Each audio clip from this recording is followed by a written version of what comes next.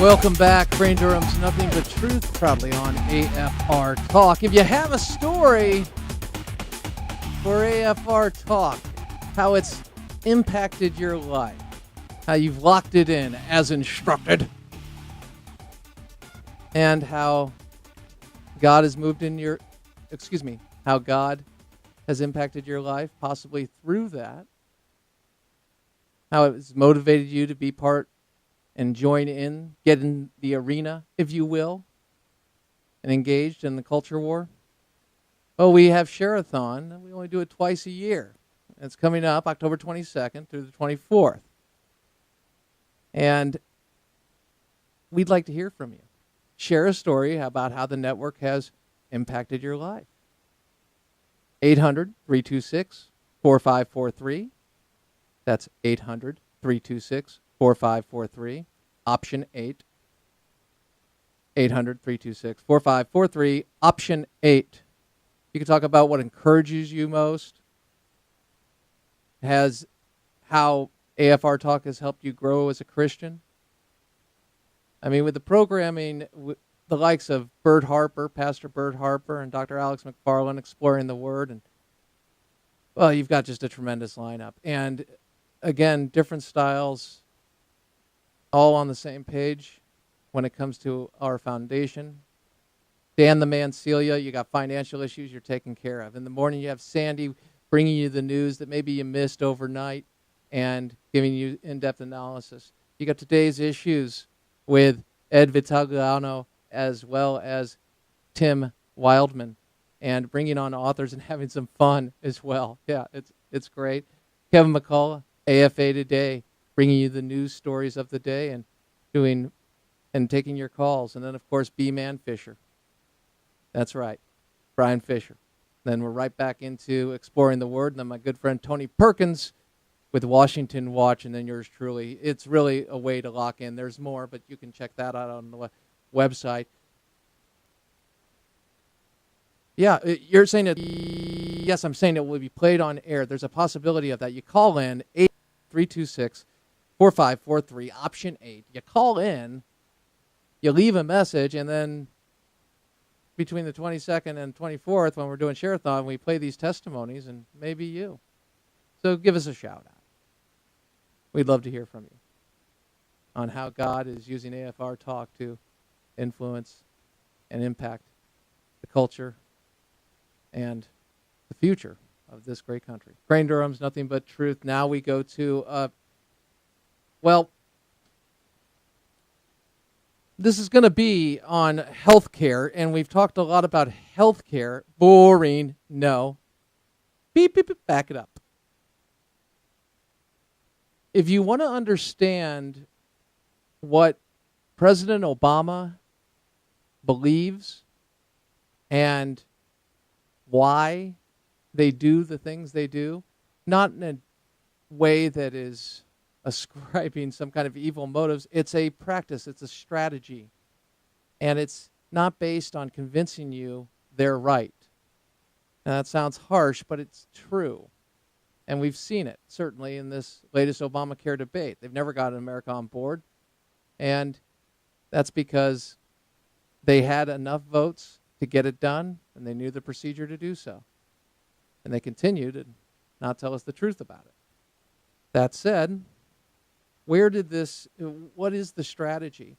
Well, it comes out of Saul Alinsky, Rules for Radicals, and an overall belief system. I'm speaking very generally here, but on Firing Line, a program that was hosted by William F. Buckley, who is, God rest his soul, amazing. What an amazing man. He was interviewing Saul Alinsky, the community organizer, the man who really would be the most recognizable force in community organizing in, well, the impact of this century, certainly, and last. So he's interviewing him on conflict, and the contention is that Alinsky says there's got to be a crisis, there's got to be conflict in order to move things along, to get people involved, to in essence, create an environment where change is possible. And William F. Buckley challenges him on this point, and we pick it up in this exchange where they've just spoken to the idea of conflict. And here is, or conflict and controversy, pardon me, rather than being based on reason, okay? It's not about reason. This is very important to realize. It's not about reasoning, not about convincing you, debating. It's about creating an environment, controversy and conflict. And here is, it's, okay. So we'll get a good look at that. It's cut B7, I believe. Oh, I'm sorry. Let's go to B6. My mistake. Thank you for checking. B6. Here is the exchange. William F. Buckley, Saul Alinsky. Roll it. We got Medicare in this country, and we got as a result of a lot of discussion. Now, mightn't Alinsky students have felt that you'd need to shoot a few doctors or let a few people die for lack of medical attention before you'd have the kind of conflict that's necessary to midwife Medicare? And I'm asking, why can't you have... I've been fascinated by your eyes in previous shows I've watched, Now, will you look at me and tell me whether you believe what you're saying? Well, of course, no. What I'm trying to do is extract from you disbelief in what people understand you to be believing. Perhaps because I'm terribly refreshed that you're constantly shocked that people at quotations I throw at you of things you've said. I'm not shocked. I'm delighted. No, this shows great progress. I'm just correcting some of the misquotations. If you're saying, therefore, that conflict is what we're doing right now, then I agree with you that conflict is probably necessary to the changing of any point of view. But most people understand you to be saying something much more and what they're understanding is closer to it than just our discussion. I don't want to take a pass on. Yeah. I'm saying very unreservedly that all progress comes as a response to a threat, and the reaction to the threat is when you get progress.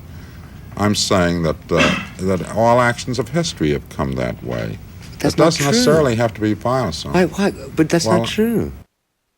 And making the point that we've seen people reason for tax cuts, reason for a whole host of things, but the threat, that's what he's talking about, how power works and how to use power. President Obama's taken a lot of heat, and I believe rightfully so, for his divisive rhetoric, for not being the president of the United States or the president of all Americans, but in an attempt to divide Americans and balkanize America between each other, divide and conquer, not uniting behind something. Oftentimes speaks of uniting, but we know what that means, the umbrella of the federal government and everybody under it, except for those who have the influence to make the rules of how far and how high that umbrella will be. And that's a huge problem, obviously. But it does give you insight to the sense of never let a crisis go to waste. And it also goes to a point of what they do with power. Now, here is Eric Holder. And interestingly enough, Eric Holder here is speaking in 1995 to the Women's National Democratic Forum. And Breitbart picked these up a while back and exposed them. He's speaking of guns, gun control, about thinking about guns and gun rights. And here is what the Attorney General has to say. Roll it. I've also asked the school board to make a part of every day some kind of anti-violence, anti-gun message. Every day, every school, at every level. One thing that I think is clear with young people and with adults as well is that we just have to be repetitive about this. It's not enough to simply have a catchy ad on a Monday and then only do it every Monday. We need to do this every day of the week and just really brainwash people into thinking about guns in a vastly different way. Let me ask you this. When you are with your kids, do you brainwash them? Do you say something over and over again in the sense of you want them to get it? I want them to get it. I want them to get the lessons, but I also recognize that as they learn and grow, They've got to understand why. And yeah, there's the time. Do it. Gotcha. I'm speaking in the fact of what are you doing with your message, with your rule, with your point of view, your ideology, your belief. That are you imposing it? Are you planting the seed, having it grow, having discussion, having it challenged, understood, and capturing the heart? Or is it done by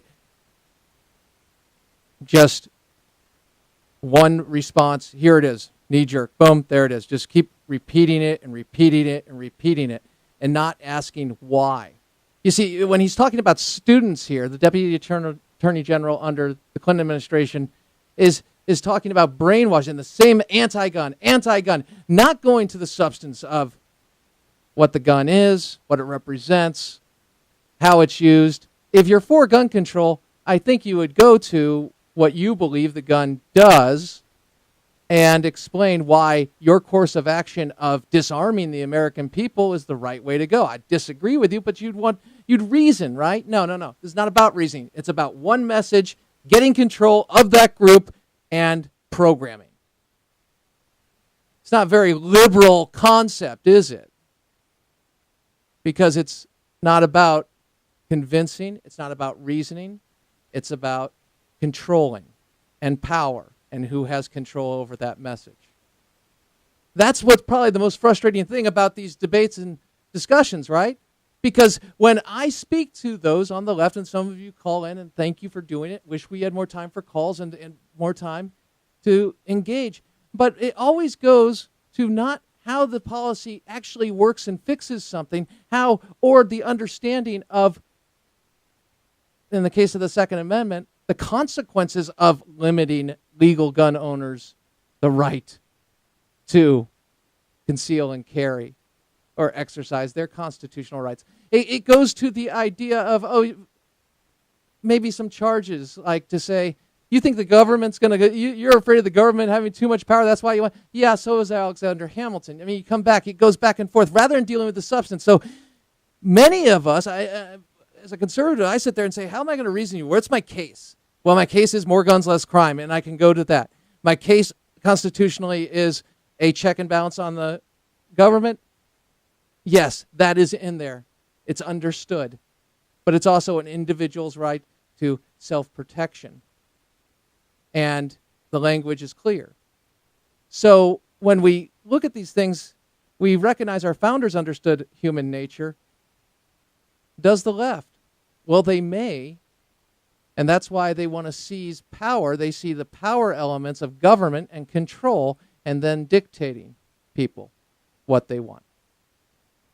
And rather than it being something that people are calling for and asking for and defending based on reason.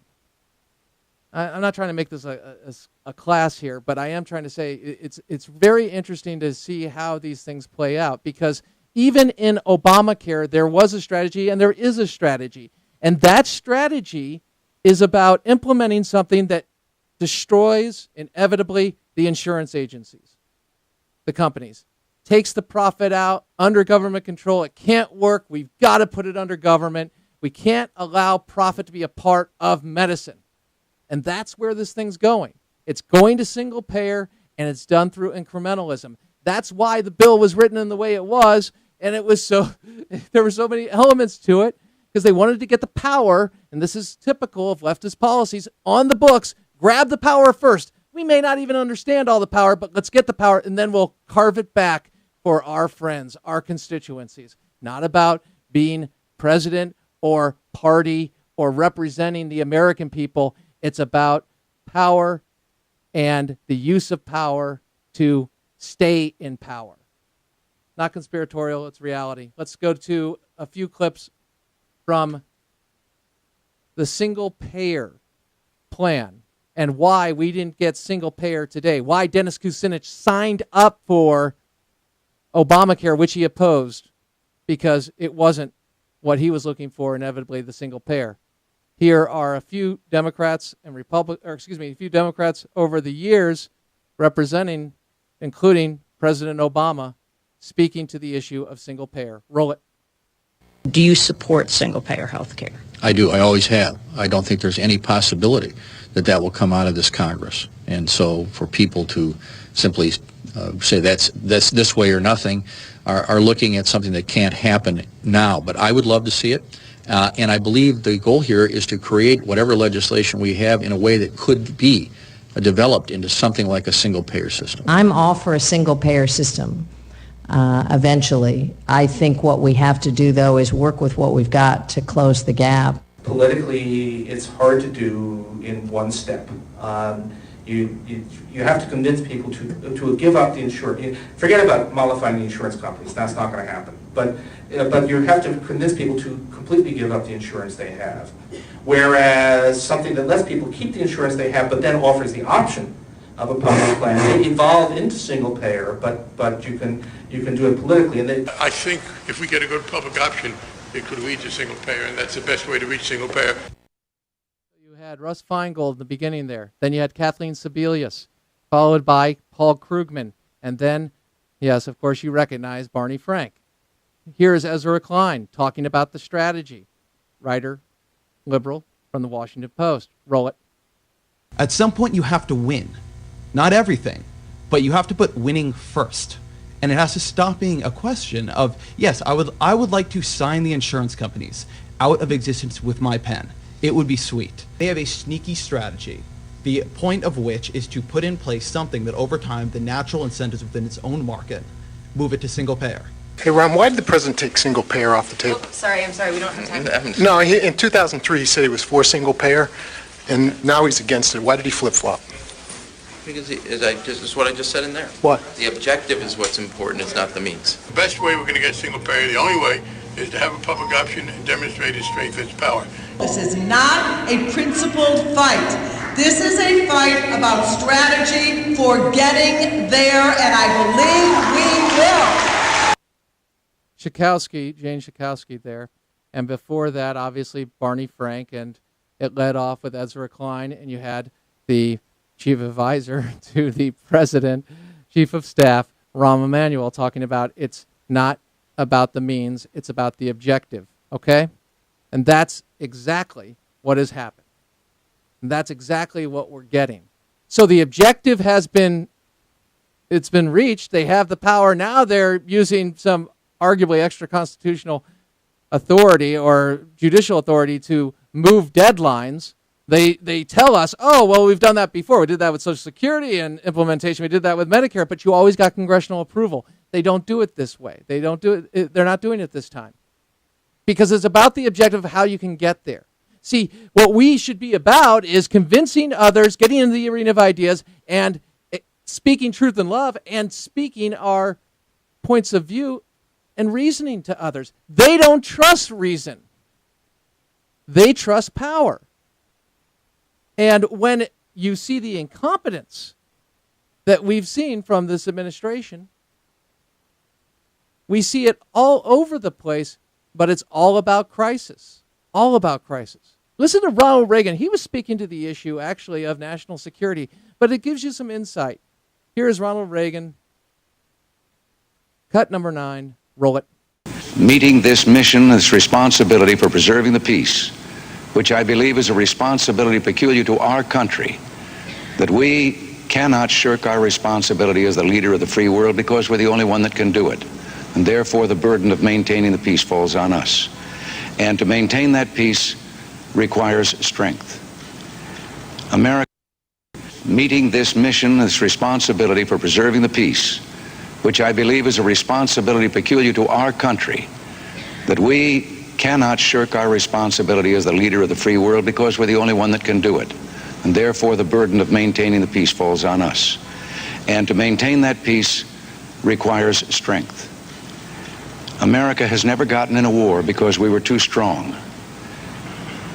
We can get into a war by letting events get out of hand as they have in the last 3.5 years under the foreign policies of this administration of Mr. Carter's, until we're faced each time with a crisis.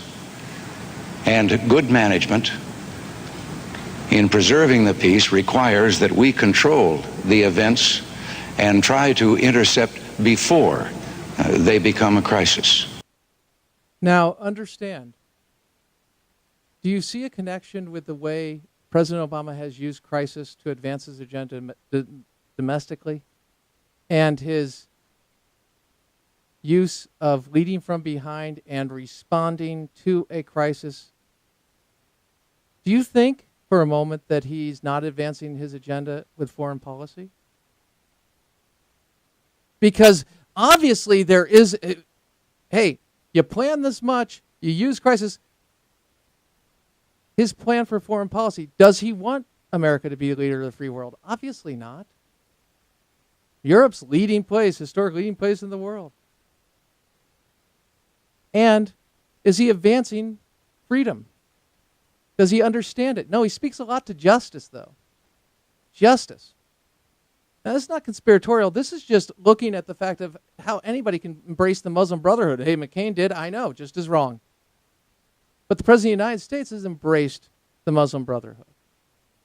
The President of the United States is reaching out to Rouhani with no sense of what message it sends, or does he?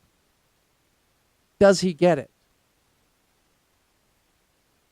When he reaches out to Iran and has a phone call and allows that to take place, what message is he sending to Israel? After he has pushed going back to the 67 borders, which would be, in his mind, security, which Israel's mind of suicide. I say this because you have a plan. It doesn't matter how you get there. We're going to get there. President Obama was not comfortable and has not been comfortable with America's history. He has a very distorted view of it. Where does that lead in national security? We're seeing it play out. Unfortunately, our allies are too, and it's quite frightening. So when we look at President Obama and the entire game plan here, he's got national health care. He's got it. It can go back the other way. What do these policies actually force us to do? Define what we stand for once again. Freedom, our rights from God, who we are in the world, who we stand by, who we defend. What cultures? We are not a believer in multiculturalism, cultures being on the same level. A culture subjugates and dictates and subjugates versus a culture, Judeo-Christian foundation, far different. This is an opportunity. We've got to get in the arena. Crane Durham's Nothing But Truth, AMR Talk.